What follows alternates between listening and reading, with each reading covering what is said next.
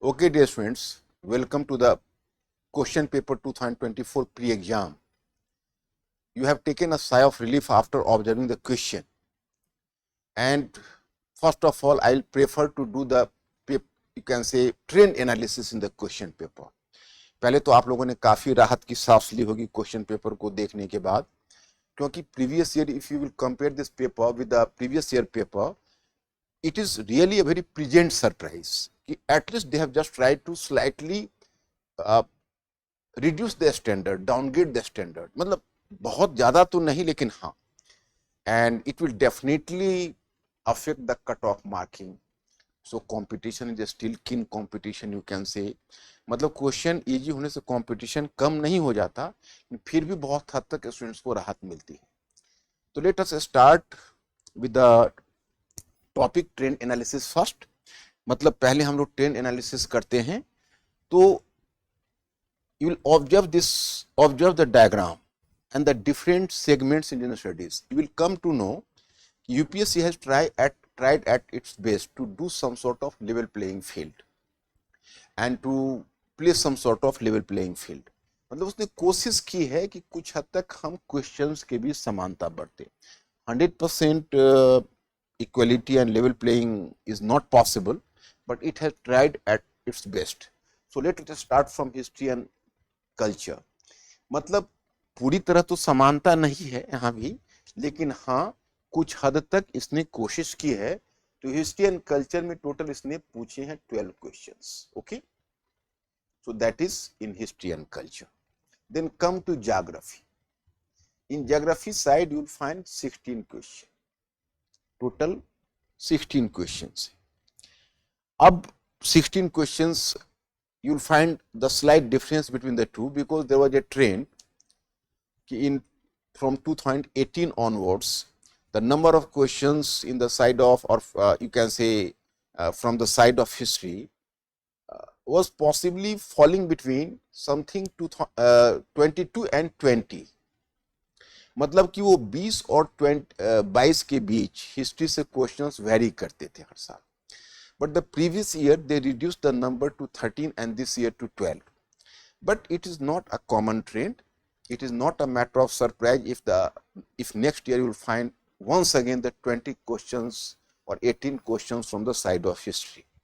Geography में थोड़ा सा क्वेश्चन बढ़ाया है, because previously you find 11 to 12 questions from the side of geography, but now it has reached up to 16. So you can say the pleasant surprise here, where geography में उन्होंने कम से कम 5 to 6 question इस बार बढ़ाकर 16 किया. तो ये 16 क्वेश्चंस आ गए. अब आती है इन्वायरमेंट. तो इन्वायरमेंट में लगभग यही ट्रेंड होता है 11 to 12 क्वेश्चंस का. इस बार भी even in this year you will find the total 12 questions from the side of environment and ecology. मतलब जो पर्यावरण है और पारिस्थितिकी, उससे 11 क्वेश्चंस और 12 क्वेश्चंस पूछते रहे हैं. इस बार भी उन्होंने वही किया है, 11 to 12 क्वेश्चंस पूछे. उसके बाद आपका आता है science and science tech. Science tech से 10 क्वेश्चंस है, थोड़ा सा कम है, क्योंकि रिसेंट में जो उनका ट्रेंड था उसमें they continue to ask more number of questions from the side of science tech, लेकिन इस बार थोड़ा सा उन्होंने कम किया है. तो चलिए, ये भी अपने आप में अच्छा ही है. And then comes the turn of polity. In polity they have touched up to 16 questions. So it is a general trend in polity. They were just asking you 15 to 16 questions per every year. So वो trend लगभग कायम है, वो 16 questions उन्होंने पूछा है. और फिर बारी आती इकोनॉमी की. तो इकोनॉमी से उन्होंने फिर लगभग 12 क्वेश्चंस पूछा है. आपका ये डायग्राम इज इंडिकेटिव 12 क्वेश्चंस. तो चलिए, इकोनॉमी में भी यही ट्रेंड रहा लगभग. If you are not going to count current affair and the current affair side, तो in economy that's good in 12 questions. तो 12 प्रश्न उन्होंने पूछा है इकोनॉमी से. उसके बाद आती है बात आईआर की. तो they are just asking 4 questions from the side of IR. तो IR का यही ट्रेंड रहा है इंटरनेशनल रिलेशंस का. Earlier they were not asking the question directly from international relations, but since the last 2 to 3 years they have continued to ask the questions from this international relations part as well. वो अंतर्राष्ट्रीय संबंधों से पूछने लगे हैं. और 4 question इससे पूछा है। Then comes the turn of current affairs, pretty good number of questions. Normally from the current they are asking the pretty good number of questions. तो इस बार भी उन्होंने 16 क्वेश्चंस करंट अफेयर से पूछा है। तो यही आपका है trend analysis. But this is not static, this is dynamic. Every year the trend is going to make a slight change. लेकिन पिछले साल से लगभग यही उनका रहा है कि कुछ हद तक उन्होंने लेवल प्लेइंग फील्ड लाने की कोशिश की है। ये that is the welcome sign. और सबसे बड़ी बात है कि ये क्वेश्चंस आपके रीच के अंदर है। अब चलिए अब एक दूसरा ट्रेंड बताता हूं। अब ब्रेकअप आते हैं, जस्ट 1 मिनट। हाँ, अब पहले आते हैं, देखिए अब इन करंट अफेयर्स ब्रेकअप जैसे 16 questions I have just counted, when we have counted total 16 questions from the current affairs, but even among the part of current affairs you will find the internal breakup कि how many questions from which side। इसमें आप कर सकते हैं जो scheme based questions है, जैसे government scheme है तो उसमें 28% क्वेश्चंस है। But you should not be get surprised with the term 28%, total number of 5 questions, because 5 4 1 यानी 10 14 to 18 टोटल इन 18 क्वेश्चन से। अब इसमें थोड़ा सा आपको मैंने 16 काउंट कराया था, जस्ट 1 मिनट, बट हमारी मार्किंग हो नहीं, आपका करंट अफेयर से टोटल 18 क्वेश्चंस था। मैंने यहाँ के पैटर्न में 16 बताया आपको। So make sorry for this sort of you can say misconception, and here I have to make a correction here, and that is total 18 questions from the side of current affairs. So in 18 questions में 5 questions on the government scheme, मैंने 5 questions government scheme से पूछा गया है, 4 questions that is in GK general knowledge, and 1 question from the side of polity, percentage by 6%, and economy 22। मतलब total number of questions in current side economy is 4 questions, but percentage is 22, and environment current side of environment is that is 4 questions, and that is also 22% of the total question।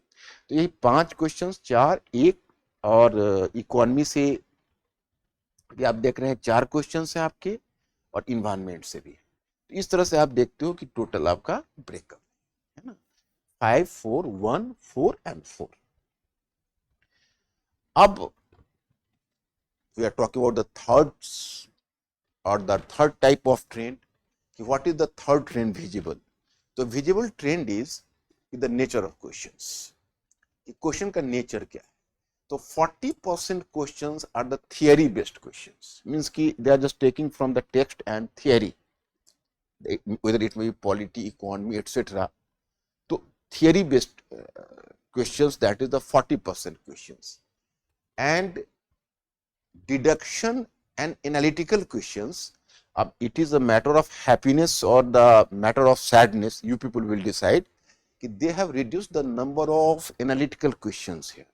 मतलब कि analytical questions का थोड़ा सा trend 10% रहा है, मैंने ज्यादा analytical questions उन्होंने डाला नहीं। यहाँ पर मेमोरी बेस्ड है, इसको मैं क्रॉस मारता हूँ, इसलिए मैं क्रॉस मारता हूँ। In fact, in civil services examination or in any other examination, the term memory based is not the appropriate term for that. Even we are just going to ask the question that is factual, तो factual question कहना भी मुनासिब नहीं होता है, क्योंकि इसमें students को कंफ्यूजन ये होता है कि अब मैं मेमोराइज करके चीजों को करूंगा। But you can very well my students, you can very well understand the point. In general studies you have to cover total 13 segments in total, and every segment is a subject in itself.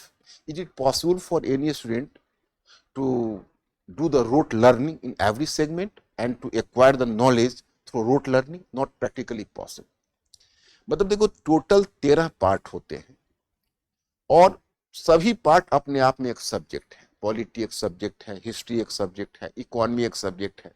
अब इतने में कोई अगर memorise करके यह दावा करे कि हम इसको याद रखेंगे, तो ये तो सीधे मुंह के बल गिरने के बराबर है। वो तो एग्जाम के एक दिन पहले तक जाके, एक दिन क्या 15 डेज 10 डेज पहले, मतलब he will just you can say surrender before the examination, क्योंकि वो पॉसिबल ही नहीं। तो हमने हमेशा प्रेफर किया है कि कॉन्सेप्ट का स्ट्रक्चर बनाते हैं और एग्जाम्पल में हर जगह फैक्ट्स डाला रहे।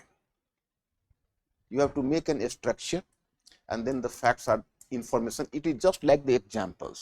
So informations are just like the examples. It is on this basis we can retain the informations. But in spite of all that, some informations would be beyond our comprehension and beyond our control, beyond our periphery. हम कितना भी कुछ कर ले, कुछ questions तो हमारी periphery से बाहर होंगे, बाहर हो, नो प्रॉब्लम एट ऑल।